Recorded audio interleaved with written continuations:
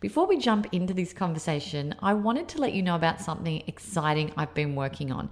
As you might know, I'm incredibly passionate about helping people to find and share their voice, especially if their voice is one that aims to create positive change in others. So I've been working intentionally to bring that mission to life and have launched a new podcast network with purpose. It's called the Guide Your Light Network, and it features podcasts and voices that inspire, educate, and transform listeners. And we have a library of podcasts that are part of this network that truly embody that mission, and we are looking for more. So if this has sparked an interest in you and you're ready to start exploring speaking and using your voice in this way, I'd really love you to check it out. And if you have something important to say, but perhaps don't know where to start to bring it to life, we can also help to hold your hand through that process to craft your authentic message through our Guide Your Light sessions, where you can get super clear on your intention, messaging, and structure needed to launch a podcast of your own with purpose that is authentically you. So just click over to guideyourlightnetwork.com and you can find out more. Hey everybody, I'm Maritza Barone, and this is the Things You Can't Unhear podcast. Has there ever been a moment in your life where you heard or read or were told something that you simply could not unhear? Something that caused you to make positive changes so that you could become the best version of yourself? Well, we share this show with access to inspiring and empowering humans who will motivate you to become the happiest, healthiest, kindest, and most compassionate you. Sit back, settle in, and let this be the day you hear something that simply cannot be unheard. Hey everyone, thanks for being here on the Things You Can't Unhear podcast. Today I have Emma Scott on the show. She's a creative entrepreneur and amazing brand strategist and businesswoman, but I am not talking to her today about business. I'm talking to her about her incredible life journey and the self-healing experiences that she has had, plus her journey with surrogacy. Now, we haven't actually spoken about surrogacy on this podcast before, so I did put my curious hat on and ask a lot of questions that many of you out there who may be going through their own surrogacy journey would want to know, or someone who perhaps is thinking about it. Emma supplies a wealth of knowledge around this area, and I think by hearing other people's stories in this realm, we really get to figure out how what happened for her can help us. I love how Emma used all aspects of herself, her physical body, her spiritual body, her mindset, to really get to a place of pure happiness and achieve what she was looking for.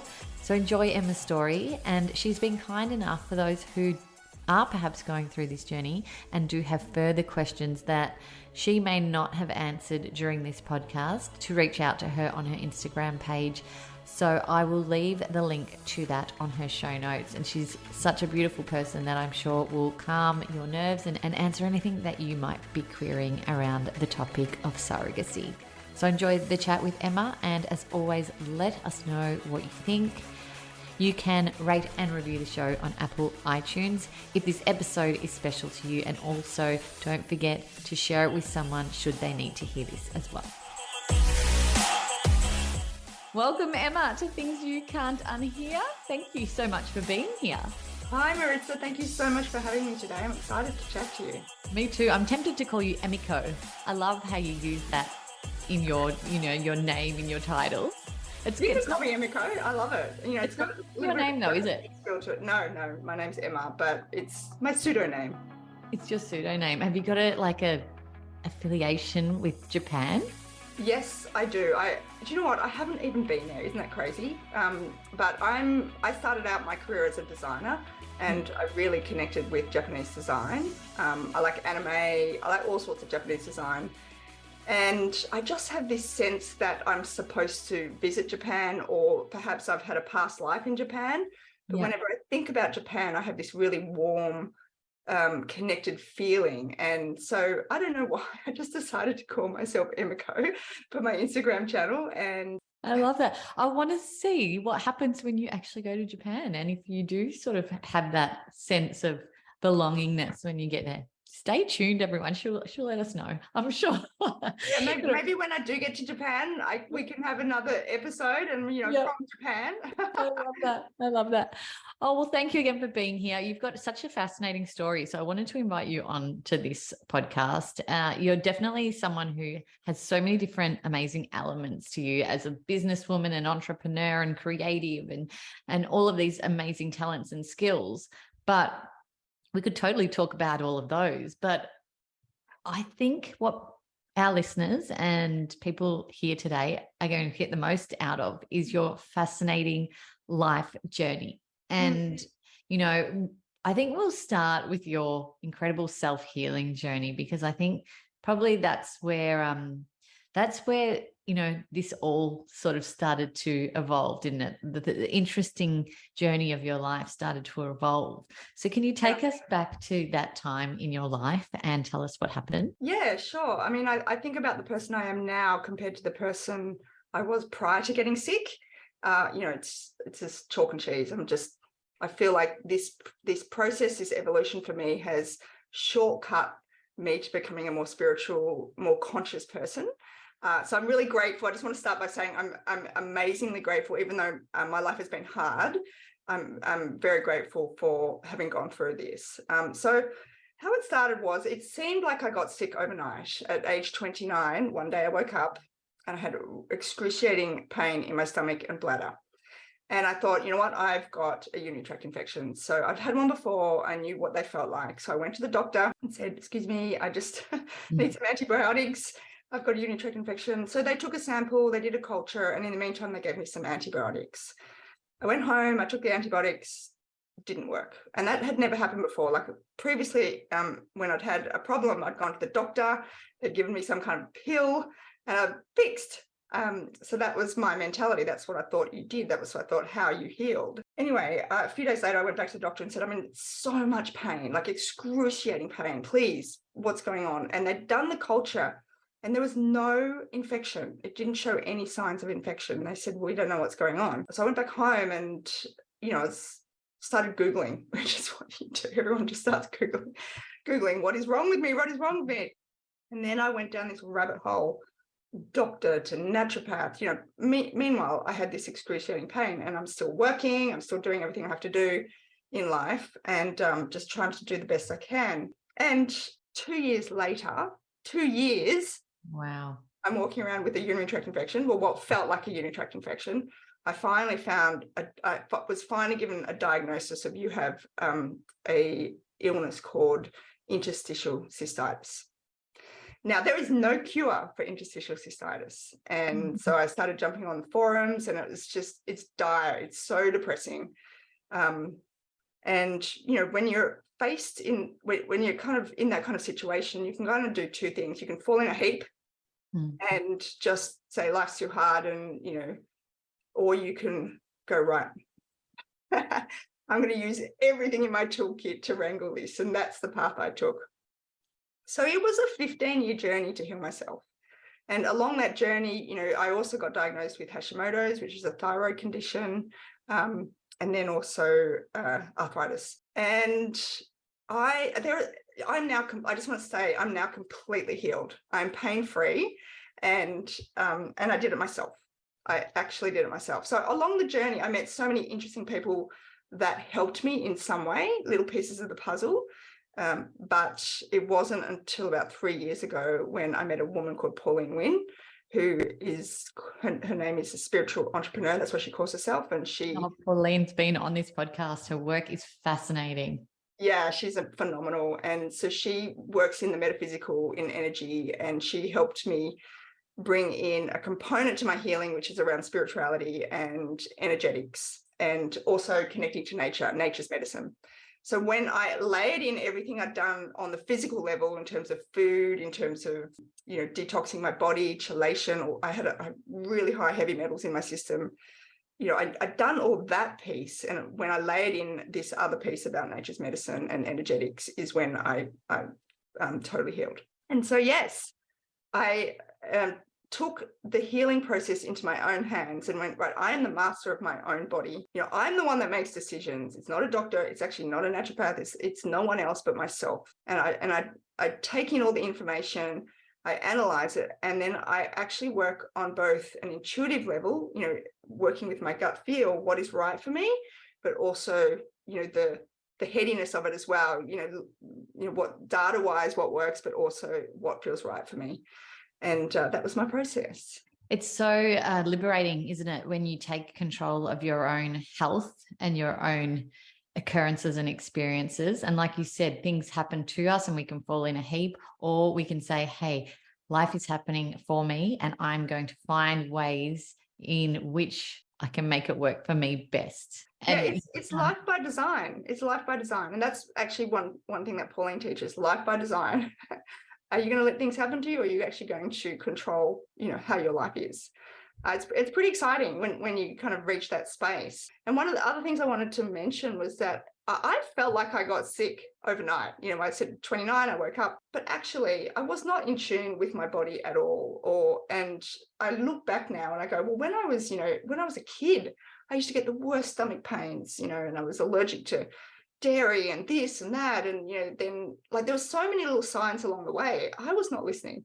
I was like not listening. And so then the universe had to smack me over the head, like literally smack me over the head for me to listen. I mean, it makes me sad to think that it took that level of pain. What would you say to your younger self back then if you had the opportunity? Oh my goodness. Well, I would start by giving myself a big hug. You're gonna make me teary now. I'd start by giving myself a big hug and just say, you're okay, you're okay. And then I would, if I had the knowledge that I have now, I would teach my young self what it is to live in harmony with nature. Like, we are nature. Now, some of these words that are coming out of my mouth are Pauline's teaching, so I don't want to claim them as my own. They're not at all. But yes, we are nature, and the moment we live out of harmony with nature is the moment I believe that disease begins. And so I would be conscious as a little girl. I would like to teach myself to be really conscious of what I'm putting into my body, what I'm putting on my body, and what my relationship is with nature. Fascinating. And Pauline's obviously been such a catalyst for change for you. I remember interviewing her a couple of years ago, and she broke down in tears too when she was telling her story. Wow. And she said to me, thank you, Maritza, for the reminder that telling your story, although it hurts, actually helps other people so much in their own journey. And that's obviously what she's done for you and for so many other people. But how did you find the angel that is Pauline? How did you stumble across her? Well, it's actually because I've been talking recently to Pauline about, because when you get to this space where you're more conscious and, you're more spiritual, I guess, you start to ask the questions, well, why am I here? Like, what's my purpose here on the planet? And, where I've got to is that it's just my healing journey I just want to inspire people. That's what kind of my purpose is, really, inspire people to take a better path for themselves. And so how did I meet Pauline? That was the question. It's a funny story. And again, I think this is where the universe was looking out for me and supporting me. I went to see Pauline speak. I didn't know who she was. It was a meetup in the city one day. And, you see so many people speak on stage and you kind of become a little bit immune to them. I remember sitting there. She walked out on stage. I looked up from my phone for a moment, back down. I thought, oh, here's some small Asian woman. What's she got to say? And then she opened her mouth. Oh my God. And I was absolutely mesmerized from the moment she opened her mouth. She just had such an incredible command of the room and her story and her skill as a keynote speaker. Wow, she's world class. And I've always really respected genius, and I thought, wow, this woman is actually a genius. And so I had to leave, probably 5 minutes short of the end of the day of her session.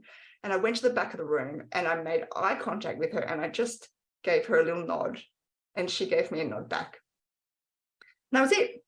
And so I then was telling anyone that would listen, oh my goodness, have you heard Pauline Wynn speak? She's amazing. I've never seen anything like it.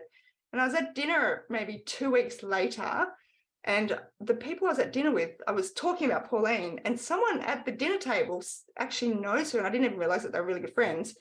And he said to me, oh, you mean Pauline Wynn, who emailed you a couple of months ago wanting to meet up with you, and you didn't bother to respond? And I was like, what? Emma, did you get another big slap in the face from the universe? Are you kidding me? So I'm a brand strategist, and so I get so many emails every day, and I had just missed this email. I went home that night. I'm going through all my emails, and there was her email. And so I responded straight away, and I said, Pauline, I am so sorry. I actually saw you speak a couple of weeks ago. You're amazing. If you're still willing to meet up with me, I'd really like to meet. And she said yes. So we met up and we realized that we could offer each other so much. So I helped work on her brand, and she helped mentor me in terms of my healing. And it's just been a really incredible relationship. So much so that we've launched a business together. Oh, I know. And it's a chai business, which is my favorite product in the entire world. So I cannot wait to get my hands on one. And yeah, anyone who knows me well knows how much of a chai snob and fanatic that I am. So Tiger Purr chai. Yeah, Tiger Purr chai. I love that. Well, your story goes on. So your healing journey is absolutely fascinating because you've mixed that physical and that spiritual side of yourself to heal fully, and you completely recovered from a diagnosis that was, you were told, non-curable. And Correct. I can only imagine what living in so much pain would have felt like for such a long time. So I'm so pleased that you have gone on this pathway, even though the universe had to slap you big time to get there. You had that inspired moment to make change. But tell us, there's so much more to you and your story. Tell us the next steps, because I really feel like this can help a lot of people as well. Sure. So I was married for 10 years to a lovely man, but my health and everything put a lot of pressure on our relationship, and also I had a deep desire to be a mum, and I couldn't shake it. And in the end, my marriage broke down, and I was 39 at the time, and I was like, okay, I probably still have a small opportunity to have a child. I'm 39, there's still a possibility. So a year later, I actually fell in love with a very old friend of mine. We'd been together since, we'd known each other since I was 19 years old, and he'd been in my life. And I don't know how it shifted from being friends to being lovers, but one of the things that I guess compelled me to him is he's a very kind, gorgeous man, but also he very much said to me, if you want to be a mum, let's do this. Let's do this. Let's do this together. I'm going to support you in every way, and I promise you we'll get there. You deserve to be a mum. So he's a beautiful man, and so we started trying probably maybe 6 months after we got together, and just didn't happen. And I was still not completely healed at that stage, and so in my mind I was like, oh my time is running out. I have to try to get pregnant, but also I'm still healing. How am I going to make this work? And am I going to be able to carry a baby? And so I was very conflicted about it. I wanted to be a mum, but I wanted to do the best thing for my child, because I didn't know with whatever, my health conditions were, if they would be passed on to a child. So, it was hard. And then we started doing IVF. We did some rounds of IVF, and that just was, I did actually get pregnant, but I lost the baby, and it just was terrible. All the hormones did not do well for me. So after 3 rounds, we stopped. And then we just went, you know what? We're done. Well, it was me. I said, I'm done. In my heart, I wasn't done, but my body and, everything I'd been through, I was like, I can't do this. I'm going to have to learn how to transmute this desire and this love that I want to give into something else. And so that, I'm a creative entrepreneur. So there's lots of other things I can put that energy into. And then I think maybe only 3 weeks after I'd made that decision, we were at dinner with some other friends, and one of my friends had a new partner there, and she asked me, how's the baby journey going? And I said, look, actually, we've given up. And her new partner said to me, oh, have you thought about surrogacy? And we hadn't, to be honest, because we just know it's very hard to do in Australia. Well, you can't do it unless somebody volunteers to do it for you in Australia. And anyway, he said, look, my brother heads up an organisation called Growing Families Australia, and he's had 2 children via surrogacy 10 years earlier, and it was very, very difficult. So he started this organisation. Why don't you go and have a meeting with him? So his name's Sam Everingham, and I went, okay. So Adrian and I went and had a meeting, and he held my hand and he said to me, "You're going to be a mum." Oh my goodness! And it's the first time in this journey, apart from Adrian, that anyone has ever said that to me. Because when you go through IVF or or even, I tried with natural fertility specialists as well. They always say you've got a 0. whatever % chance based on your age and based on your egg count and based on all those things. And so he was like, no, 100%, you can be a mum. So then I was like, I just burst into tears. I just like floods of tears, like, and I'm so grateful to him to this day. So then he worked with me. He worked with Adrian and I, tried to figure out how we're going to do this. And we looked at all the different countries and territories that you can do surrogacy in. And then we narrowed it down. In the end, it was between Greece, Canada, Georgia, and the Ukraine. And I decided, this was where I used my intuition, I decided on Georgia. So then COVID hit. So we were all set to go. We were all set to go Georgia. We actually had sperm and eggs and everything over there, and we had 4 embryos, and we're just about to start the process. We had a beautiful surrogate, and COVID hit, and Georgia changed the laws around biotransfers, and so we were no longer allowed to proceed with what's called, we couldn't proceed, but we could with what's called an unnotarized contract, which means that basically it was going to be a lot harder at the other end in terms of the legals in getting the parentage and everything on the birth certificate and things like that.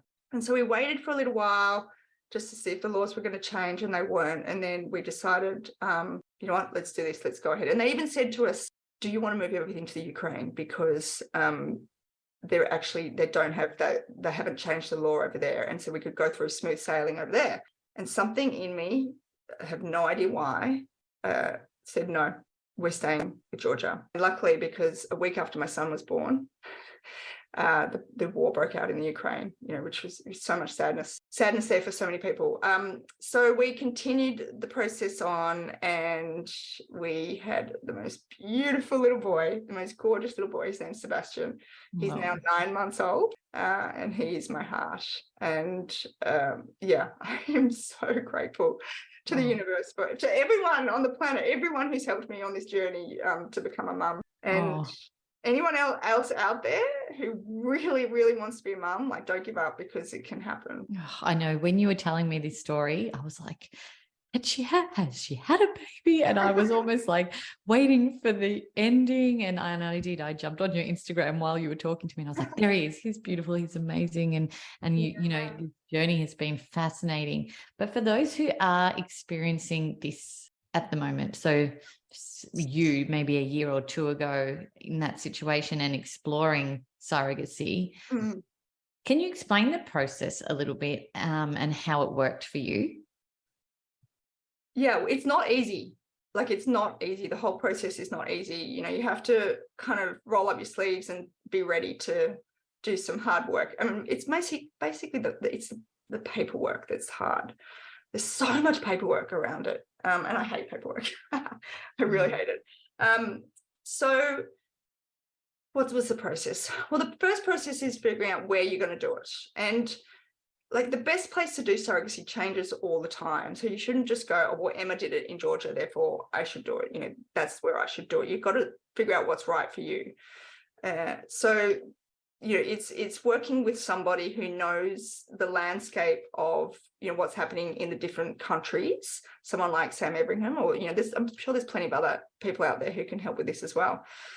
Then it's deciding, right, this is where I'm going to do it. Then you have to shift your expectations around what that process is going to look like. One of the things that I did, and I think it really helped, was I'm going to take away kind of my Western fast-paced mentality around how I do business, and just drop that in terms of dealing with a different culture and a different people. Now, I didn't know the Georgian people. I don't know what they're like. And so when starting this process, I just said to myself, okay, I'm just going to be relaxed. I'm not going to be a crazy mother-to-be person who's checking in every second about, where it's up to, what's going on. So I just kind of put that blanket or transform myself into that person that was going to be relaxed about the whole process. And that really helped. So the next step was actually getting the sperm and egg over there. And we worked with IVF Australia here to do that. So that got sent frozen over there. And because of COVID, I couldn't actually go over there for that process. So that's why it was frozen and sent over. So then it was dealing with the logistics companies and, getting things over there quickly. Yes. With a big fragile sign on that package. Yeah, honestly, I feel like I should have a degree in this. There's so much learning that's happened in this process. Then it arrives at the agency and step back. You have to then decide on the agency in the territory. So in Tbilisi, there's lots of surrogacy agencies. So I went through the process of interviewing with them and deciding which one there.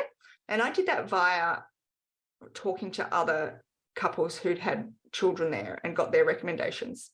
So then it was about doing the transfer and the fertilization, and we got 4 embryos, which was amazing. 4. So that was very exciting. And then they got frozen, and then it was about finding the right surrogate. So that is very important because you want somebody who is going to have similar values to what you have. So we got sent paperwork around quite a few different surrogates, and we went through probably 3 rounds before we found the surrogate that we wanted to connect with. And she's just absolutely divine.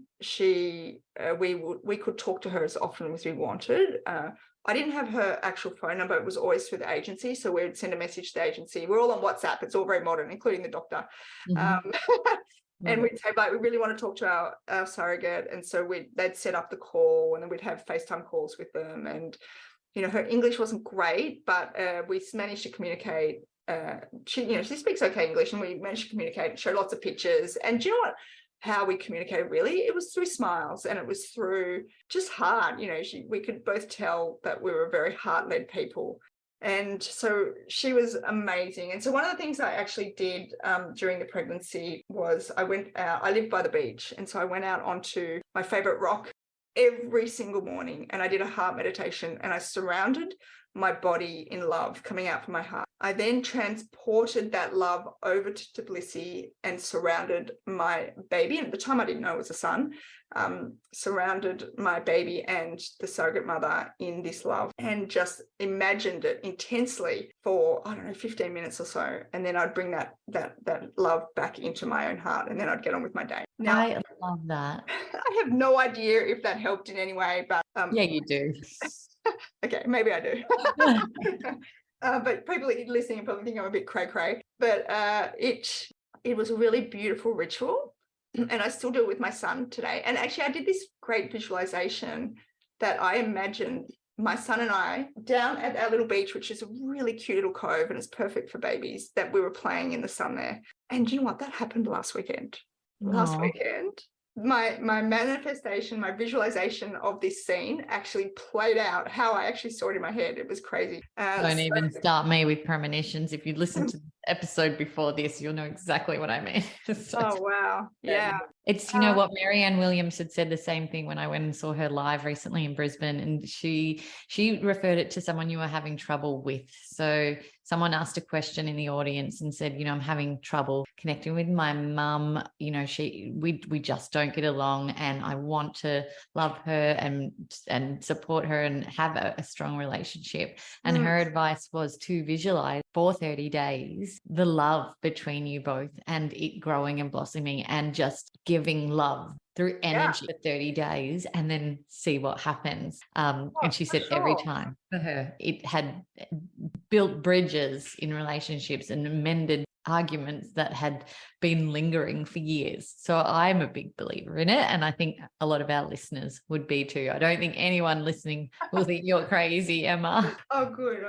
Well, I mean, I absolutely believe in love and gratitude and emitting those vibrations and how powerful that is. But, scientists are doing a whole lot of research on this and actually proving the effectiveness of it as well. So, for those people that need that kind of scientific data and proof points and things, because there are people out there that do need that, then it absolutely works. Yeah. So from this visualization and sending of love and energy, when you got the call to say, well, what was the lead up process to actually going and collecting your son and seeing him for the first time? Yeah, wow. Well, let me first tell you about when we found out we were pregnant. So they did the transfer, and then I was actually at Byron Bay in New South Wales on working with a client, and it was 10:30 at night, and I got this message on our WhatsApp saying, "Congratulations, you have a positive pregnancy." Oh, wow. Oh my goodness. Like I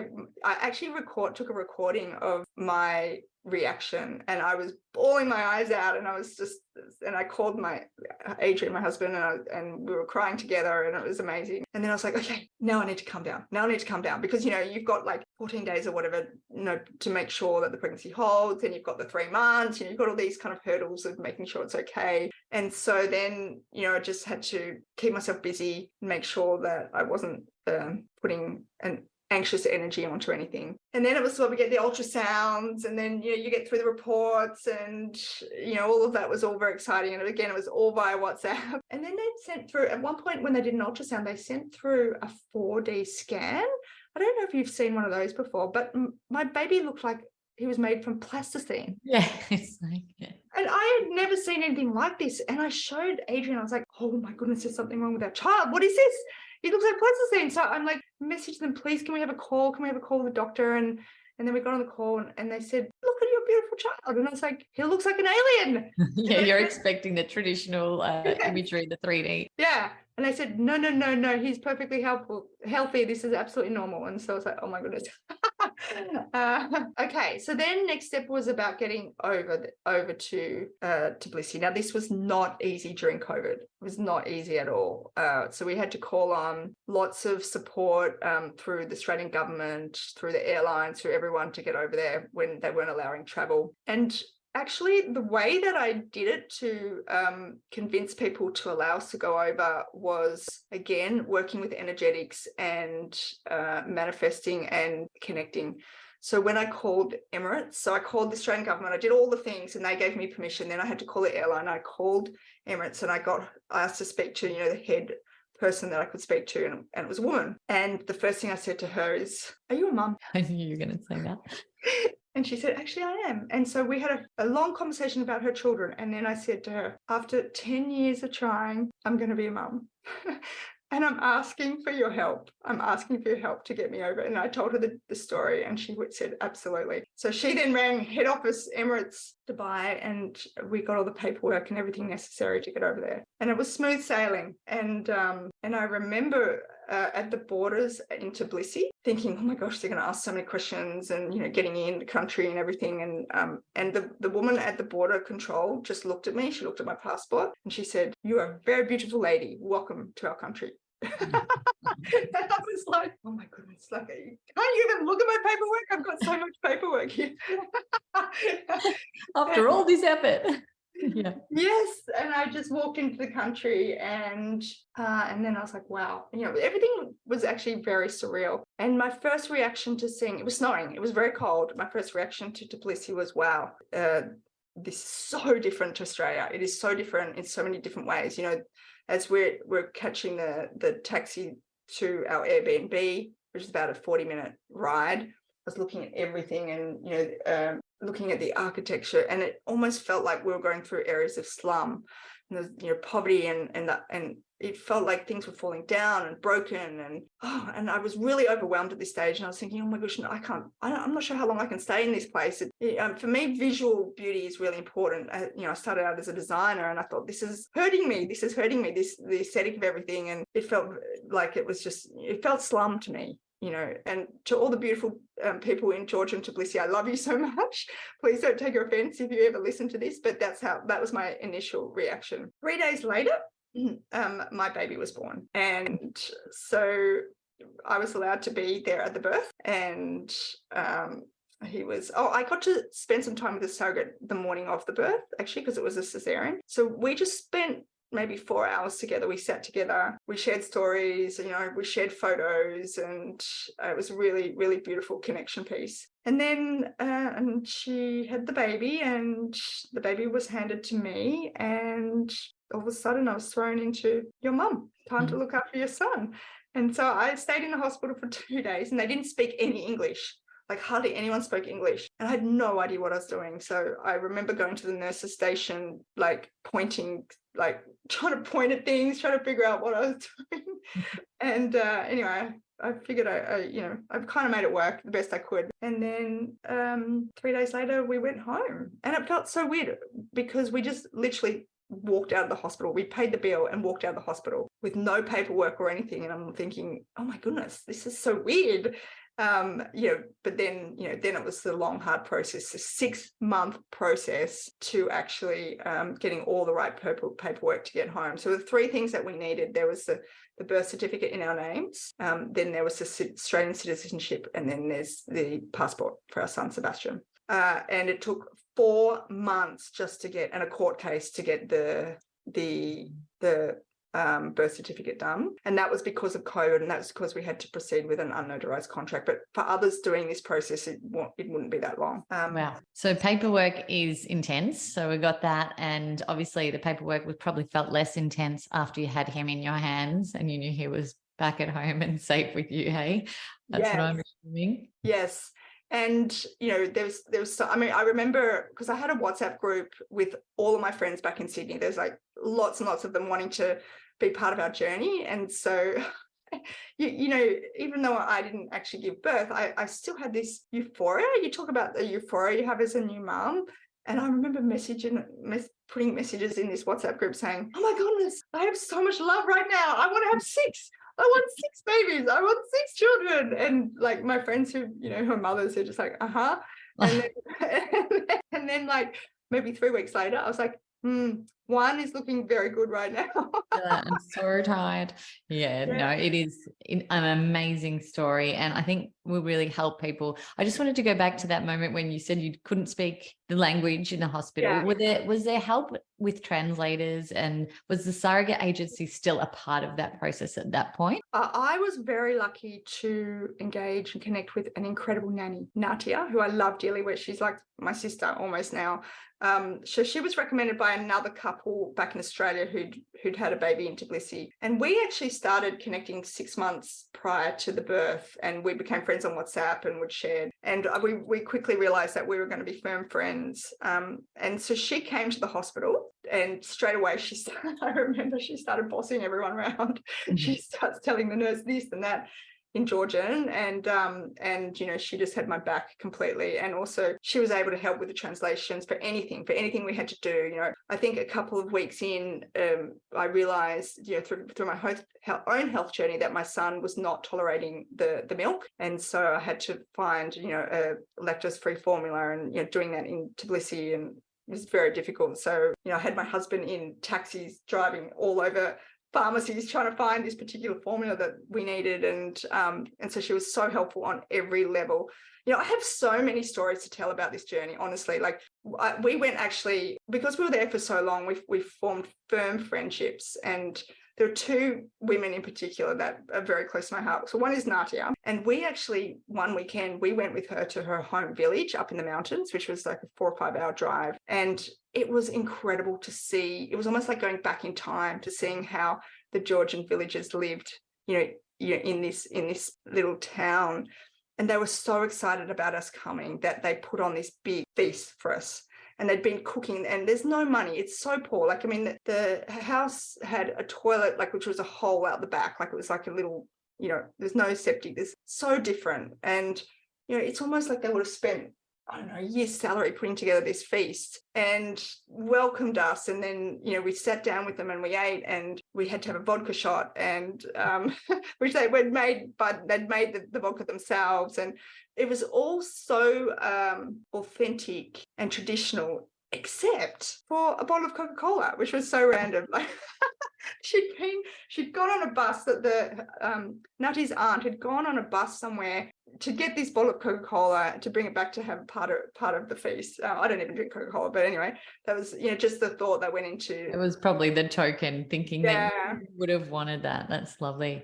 And I loved it. And so they had chickens running everywhere, and they had the animals that would actually just, each day they would open the gates and the animals would go up the mountain, and then they would just come back themselves. And so foreign. I remember Adrian saying, how do they come back? Like, how do they, what? This is so foreign type of farming, and they just said they know where the home is. They come back every day. And they know where the food is. They know where the home is. Yeah. And we had no shoes on, and we were just kind of in this village, and I could have stayed there for months, honestly. That's so nice that you got to experience that culture as well, considering that's where your son was born. I love that. Beautiful. I want to touch on something that I think is important, because there's probably many people going through this journey who will be listening to this today.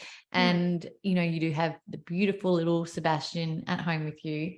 But just for people who it doesn't happen for, I think it's important to know that it's still okay. Yes, absolutely. Absolutely. And, I'm so grateful and happy that I did get to be a mum. But I would have absolutely been okay if I didn't. I would have transmuted. I'd already begun the process of birthing Tiger Purr, my chai baby. And so now, actually, now I've got multiple babies at the one time, and my life is very, very busy. So,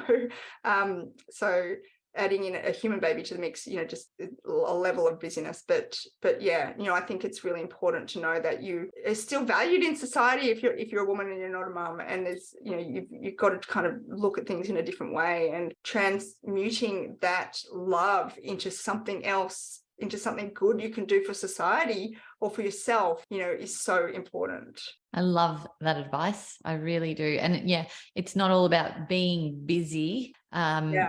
Because that'll fill that void if there is one. But transmuting it into something beautiful is such a perfect answer. I absolutely love that. And I thought that was an important part to note, because yes, we can have these beautiful, happy endings, but there can be happy endings in other ways if that's not what's on the script for you. Oh, absolutely. And to be honest, I'd already started that process.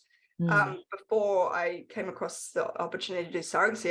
I'd got into the headspace, right, this is my life, and now I need to rethink what my future plan is. And so I'd begun that process of figuring out, what that looks like. Isn't that interesting too, though, that surrender process? Yeah. So wanting for 10 years, and then finally surrendering, and that's when it happened. I know. I think there's actually a lesson in that, to be honest. Like, definitely. And this is something that Pauline really teaches, you become magnetic, and then you attract, as opposed to push, because there's like a repulsion almost in that, energetically there's some kind of repulsion. So it's become, I don't know if I'm allowed to swear on this podcast or not, but she talks about being as magnetic as fuck, being as magnetic. And how do you do that? You raise your vibration. So many ways to do that, right? And that's how you manifest, and that's how you make things happen. And that's the attraction point, as opposed to the push. Yep, 100%. I love it when people ask me if they're allowed to swear on my podcast, because on my podcast I actually don't swear very much, but in real life, it's a bit a different situation, unfortunately. So look, thank you so much for everything that you've shared today. I honestly feel that this will be so helpful for people going through this journey, and your story is so inspiring. I love that you've taken control of certain elements of your life, and not just being told this is what's happening and this is what's going on. So it's really a mixture of being that push and that pull and that hustle and that flow that you've allowed to happen, which obviously attributes to that big smile on your face now.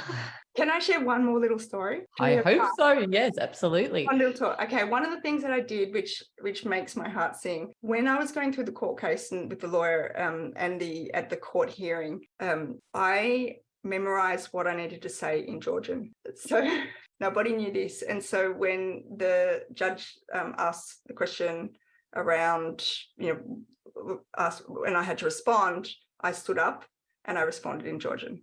And everyone in the room was just, oh my goodness, people were like almost crying. And I did it because I wanted to, I'm going to cry just thinking about it.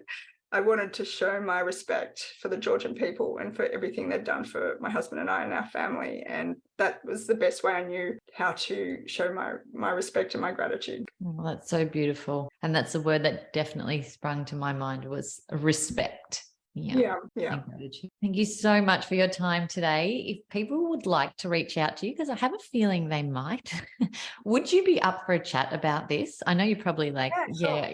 usually getting emails about business and brands and chai and your natural perfume and all of those amazing brands that you have. But can people reach out to you to chat about this? Oh, absolutely, they can. I've got lots of people every week talking to me, wanting my advice, and I'm very happy to help anyone and give them my time, anyone going through this journey. And I'm actually working on a book about the experience and the journey as well. So stay tuned. I'm not sure when that's going to happen, but when that's going to come out, but it's for the future. Amazing. Well, we'll link everyone to your socials and your Instagram page, and perhaps they can just shoot you a direct message from there and start the conversation. If they just have a couple of questions or, are feeling anxious, and you might just soothe them in some amazing way. Thank you so much for having me today. Thank you, Emma, for sharing your incredible story and journey, and big hugs and kisses to little Sebastian for us. Thank you.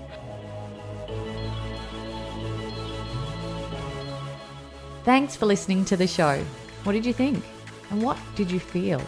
Let us know by leaving me a message on the Things You Can't Unhear Instagram community page. And if you can, give us some ratings love on your favorite listening platform.